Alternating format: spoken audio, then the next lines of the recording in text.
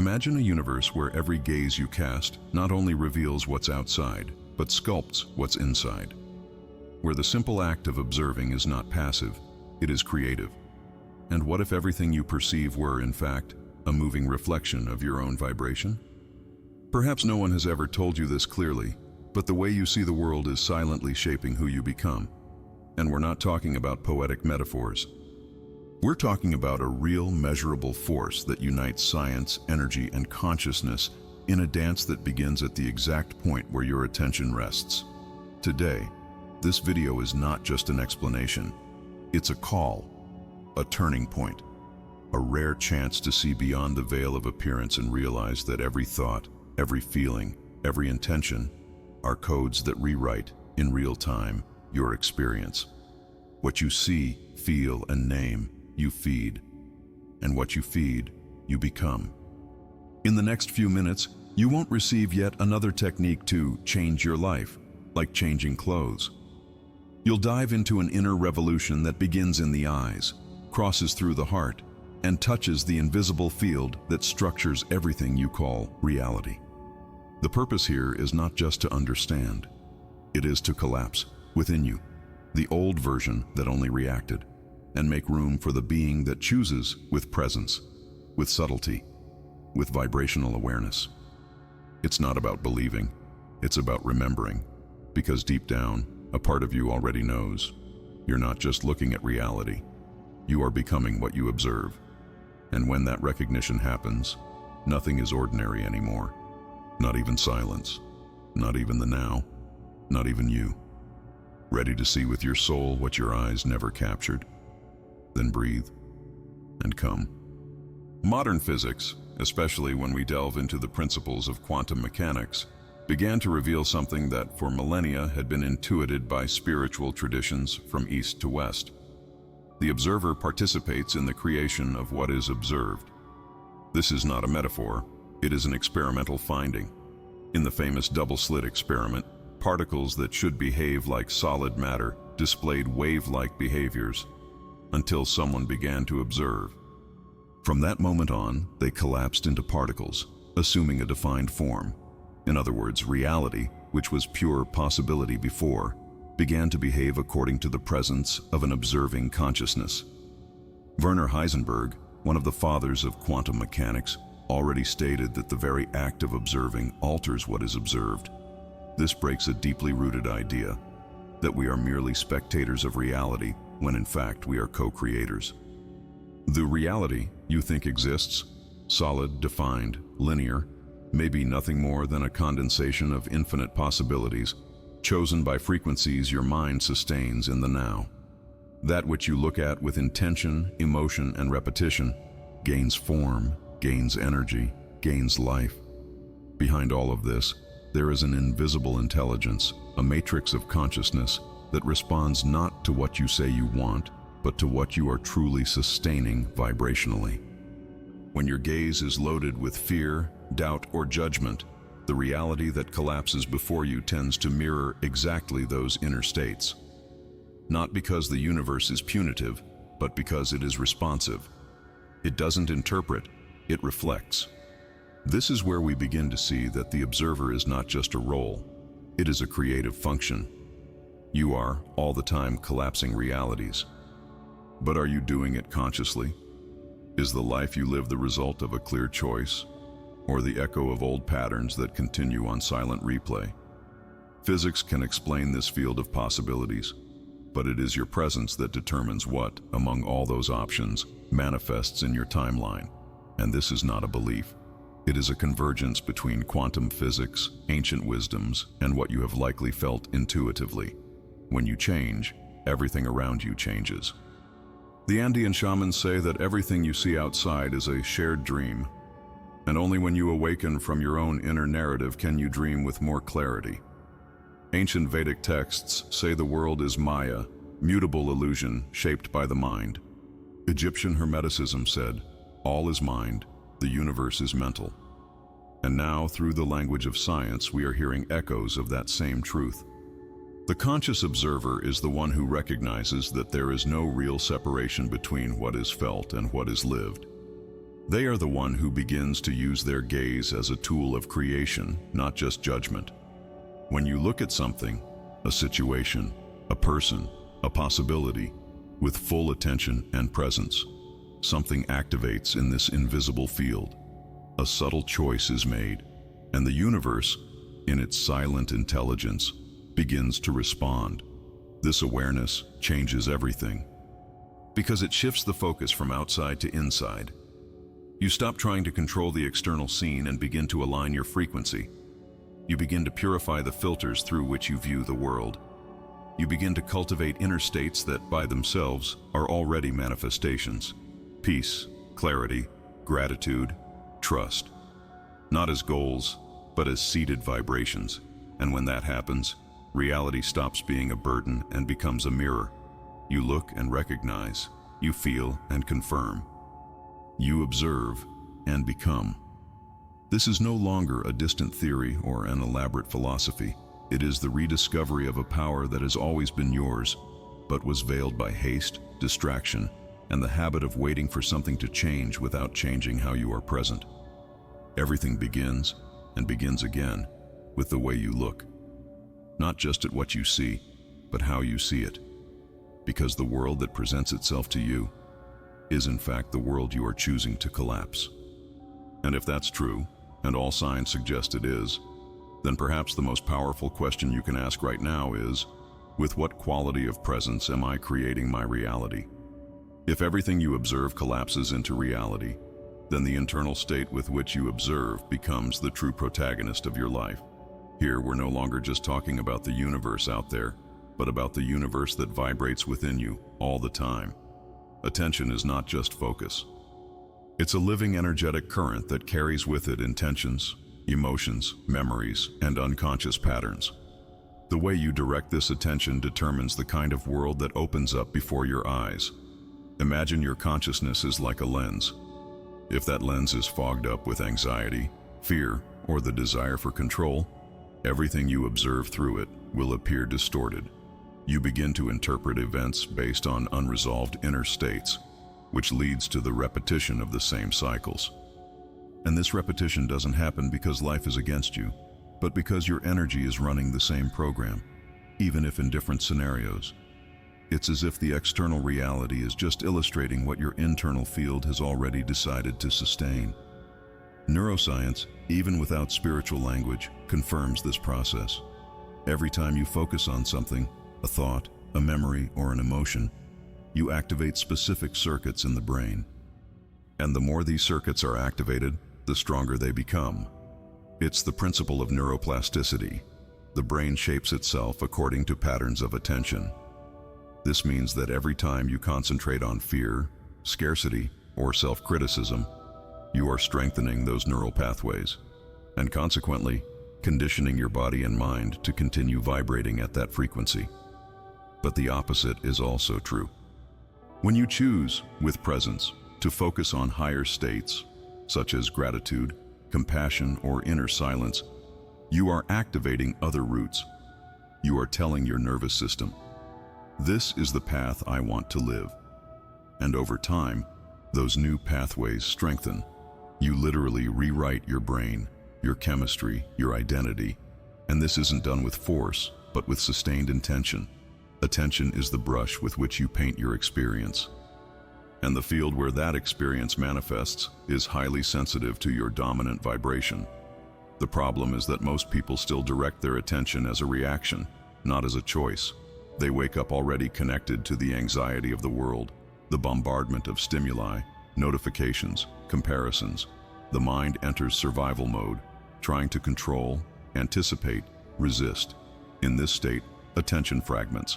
And where there is no presence, there is dispersion. And where there is dispersion, the reality that emerges is incoherent, chaotic, disconnected from inner purpose. That's why cultivating an internal state of presence is more than a practice. It is an existential stance. When you slow down, breathe, fall silent, and begin to observe without judgment, something shifts in the frequency of your attention. It stops being an anxious arrow trying to change the world and becomes a receptive field that allows the world to reveal itself more truthfully. You begin to perceive the signs, the subtle patterns, the hidden messages in encounters, in pauses, in synchronicities. At this point, life stops being something you try to control and becomes something with which you align. Conscious manifestation is born from this quality of presence. It's not about thinking positively all the time. It's about becoming a space where the new can happen, where the mind stops repeating old noise and opens to receive higher frequencies. Where attention is no longer trapped in the past or the future, but anchored in the now, where all possibilities reside. And it begins with small choices: how you respond to what irritates you, how you breathe when you feel anxious, how you treat your own thoughts. Every inner gesture is a vibrational vote. And the field around you, this invisible field that connects everything, is always listening. It doesn't respond to what you want, but to what you sustain. That's why observing is not just noticing, it's co-creating. Maybe you've felt this in simple moments. An instant of deep peace for no reason, a silence that felt full, a gaze that revealed more than words. In those moments, your attention was pure, unconditioned. And in that state, you were becoming what you observed: lightness, presence, wholeness. That's what you can cultivate, not with haste, nor with pressure, but with awareness. The world you live in today is the result of the invisible choices your attention has been making. But the next world can begin now. It all depends on how you choose to look. If your attention is energy and your energy collapses possibilities, then every thought you have is more than mental noise. It is a subtle command to the invisible field of existence. You are not just thinking about life. You are shaping, organizing, and directing your reality through the vibrational quality of those thoughts. And what makes this even deeper is that often this process happens automatically, without awareness.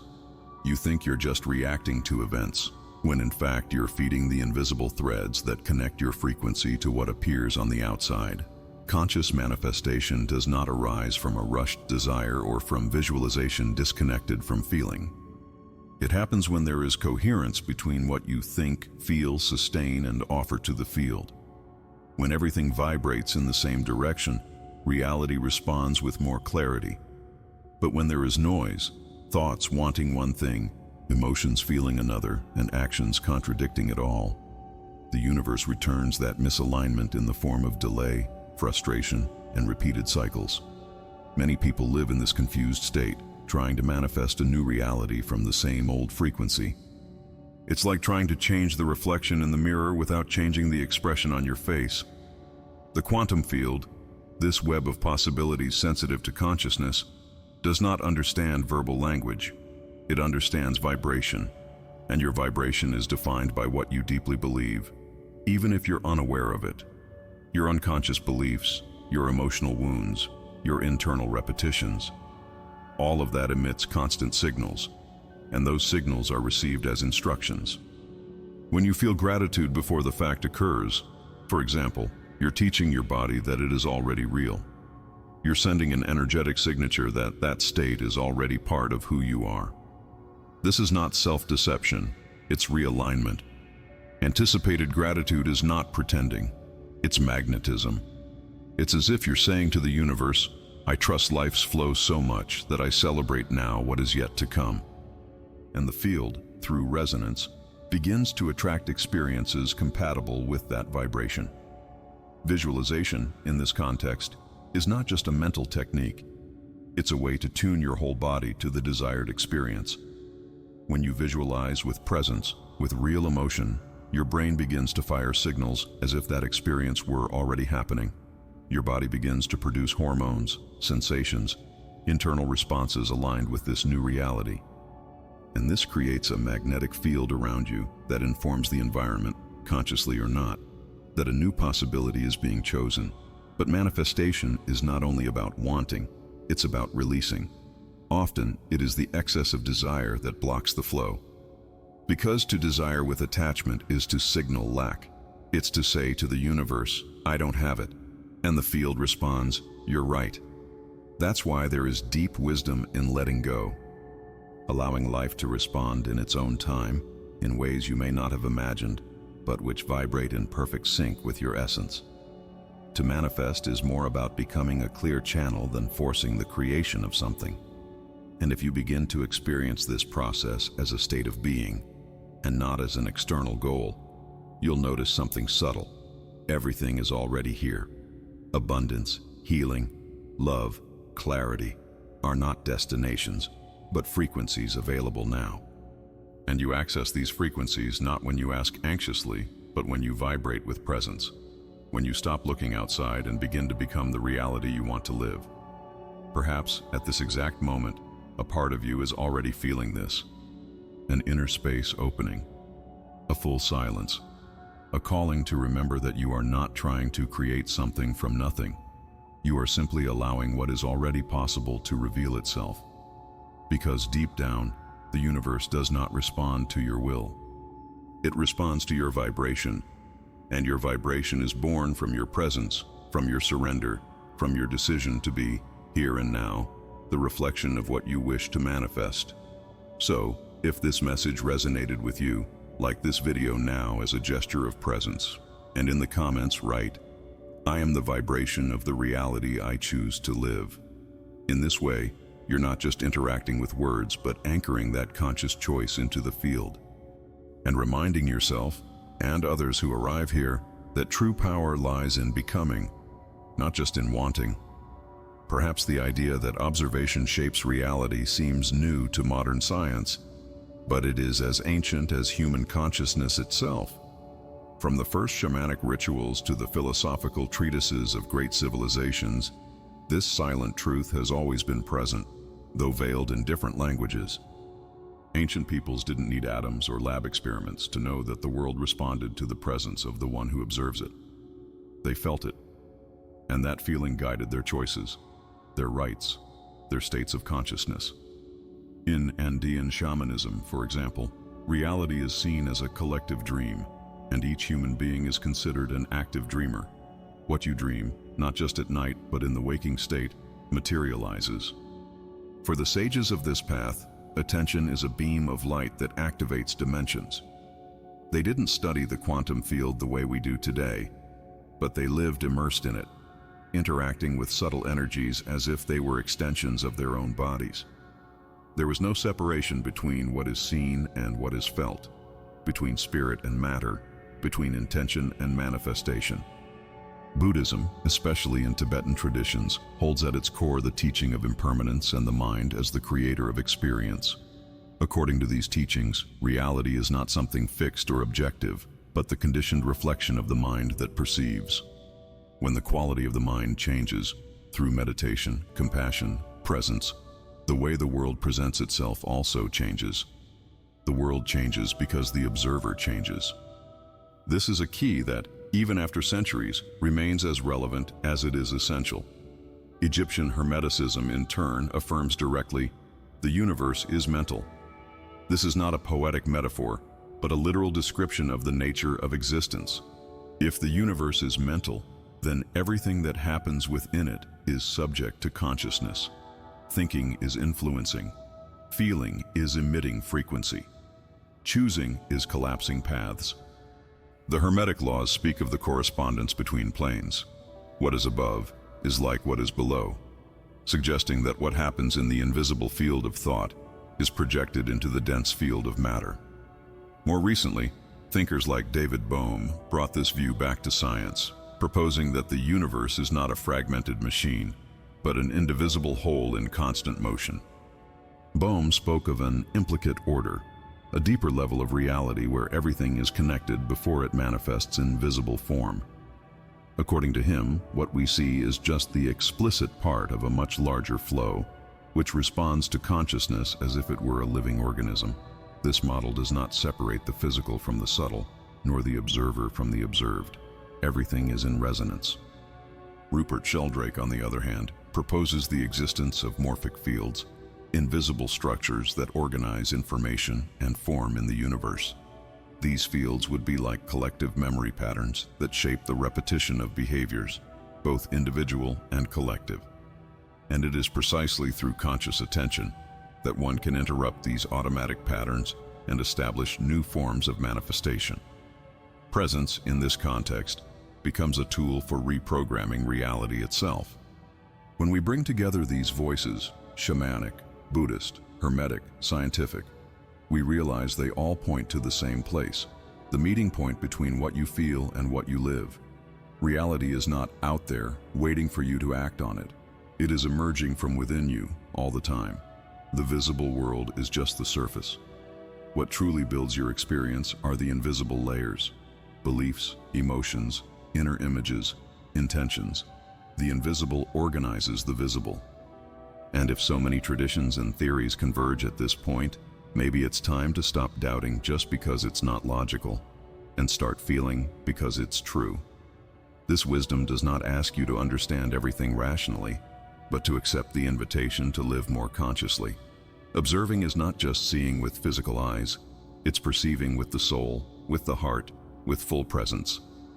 It's placing yourself in a state of listening before the mystery, knowing that the way you vibrate determines the quality of what returns. The reality you call yours is, in truth, an extension of what you energetically sustain.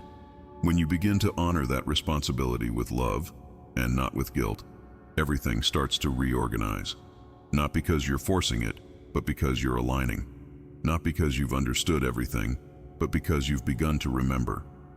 And maybe that's exactly what the traditions were trying to say all along. It's not about learning how to manifest. It's about becoming the kind of presence that manifests naturally. If everything you observe becomes part of who you are, then the most transformative practice that can exist is not a complex technique or a miraculous formula, but the simple act of observing with awareness. And this, although it may seem small, has the power to rewrite your reality from the inside out.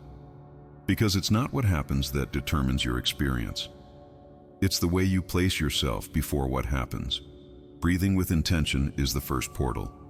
Not automatic breathing, but breathing with presence. Inhaling while feeling life coming in, and exhaling while feeling what needs to be released, leaving with it.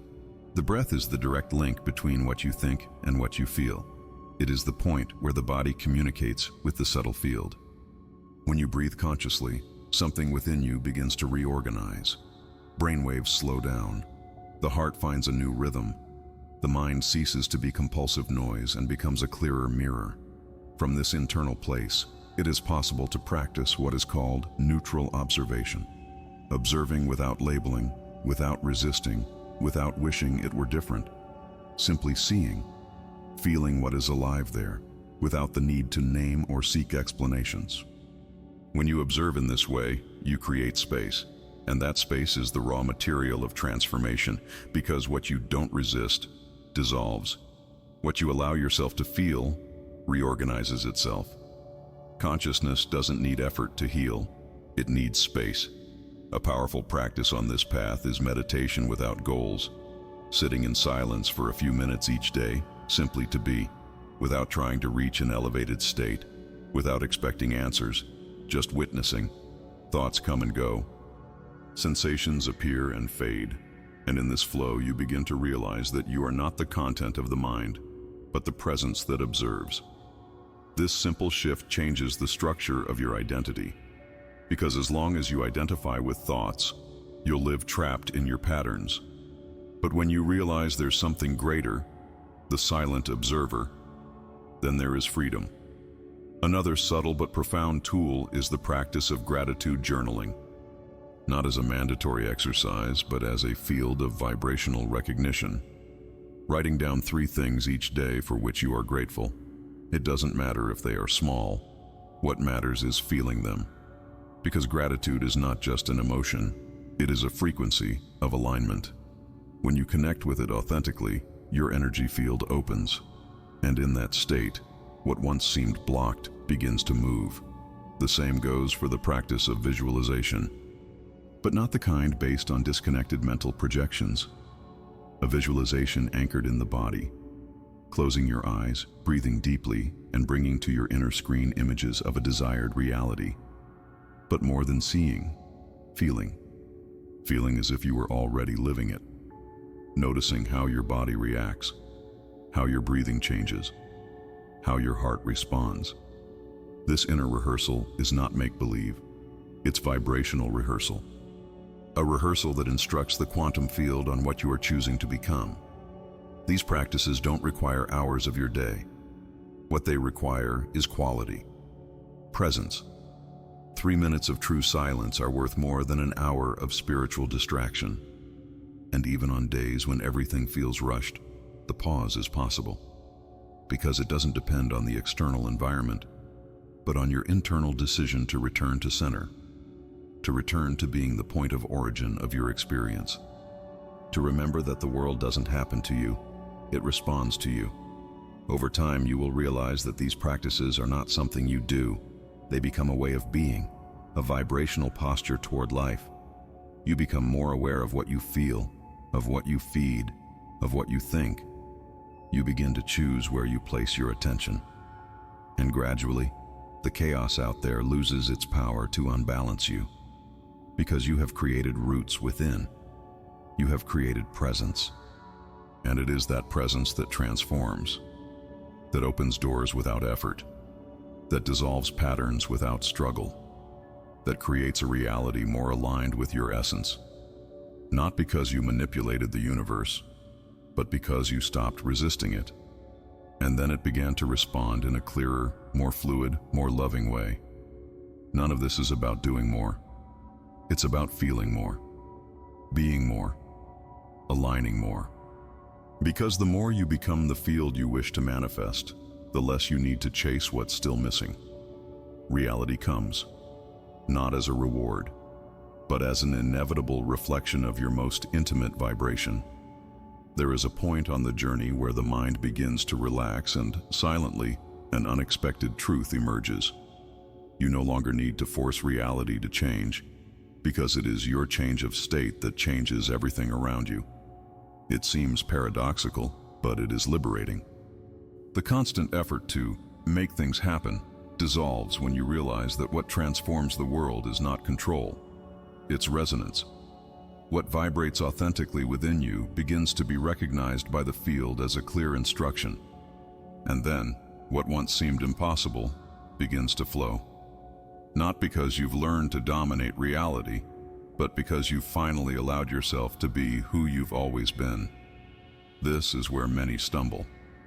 Because we were taught to act, to conquer, to push life with force. We were conditioned to believe that without extreme effort, nothing manifests. But life doesn't respond to excess. It responds to coherence. What you attract is not what you anxiously desire, but what you've become in essence. This means the focus is no longer on seeking external results, but on refining your internal frequency until it naturally aligns with what you want to live. Reality doesn't change because you wish for something different. It changes when you stop vibrating as you did before. And that requires courage. Because many times it is necessary to let go of old versions, old beliefs, old ways of perceiving yourself. The hardest part is not manifesting the new, it's stopping the support of the old. And this process is not linear. It happens in layers. You think you've released something, and suddenly life brings a reflection, a mirror, a trigger, showing there are still remnants to be felt, seen, dissolved. Not as punishment, but as a chance for purification. This deep liberation doesn't happen through intellect. It happens through integration. When you stop resisting the shadow and start including it, something inside you matures. You stop fighting yourself and begin to inhabit yourself more honestly. And then the flow, which previously felt blocked, begins to circulate again. Because the energy is no longer divided between what you want to show and what you hide. Everything starts to align. It is at this point that true power arises. The silent power of one who is at peace with their own presence, who no longer needs to prove, defend, or justify, who observes without haste and allows time to reveal what needs to be revealed. This kind of presence is magnetic. It doesn't shout. It doesn't rush. It vibrates. And everything that is compatible with that vibration begins to draw near. Manifestation at this level ceases to be a technique and becomes a consequence, a natural reflection of who you are when you are no longer trying to be. And this challenges all the logic of the modern world. which demands performance, productivity, urgency. The soul is in no hurry. It blooms at the right time. And the more you align with this truth, the more life begins to conspire in your favor. Not because you convinced it, but because you became part of it. This is the most liberating paradox of all. When you stop trying to change reality, it changes. When you release the need to control, everything reorganizes. When you allow yourself simply to be, the universe responds with flow. Because the quantum field doesn't obey commands, it responds to presence. It resonates with what is sustained in silence, not with what is affirmed in desperation. You don't attract what you want. You attract what you sustain, and what you sustain is what has become familiar in your vibrational field.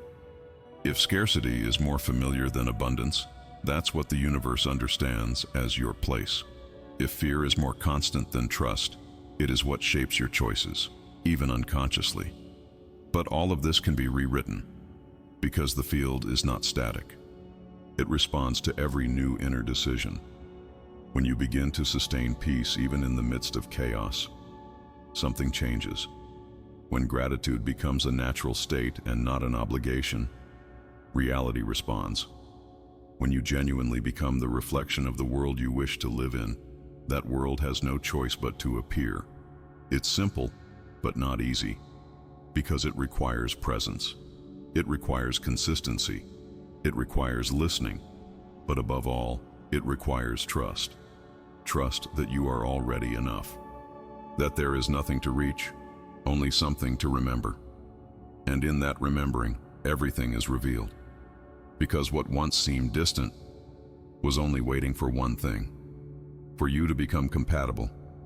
At every moment, you are shaping the world with the way you choose to observe. We are not passive spectators of reality. We are conscious mirrors, resonating frequencies that organize what we call life. When you change the way you position yourself internally, everything around you responds. Because the universe doesn't distinguish intention from presence. It simply reflects. You don't need to chase transformation. You only need to become a space where the new can happen. And that begins now, in the silence between one thought and the next. In the instant you choose to sustain a new vibration with clarity and love. If you've made it this far, write in the comments, "I am the conscious reflection of the reality I manifest." In doing so, you anchor this truth within yourself and inspire others to do the same. Because deep down, we are all awakening, one gaze at a time.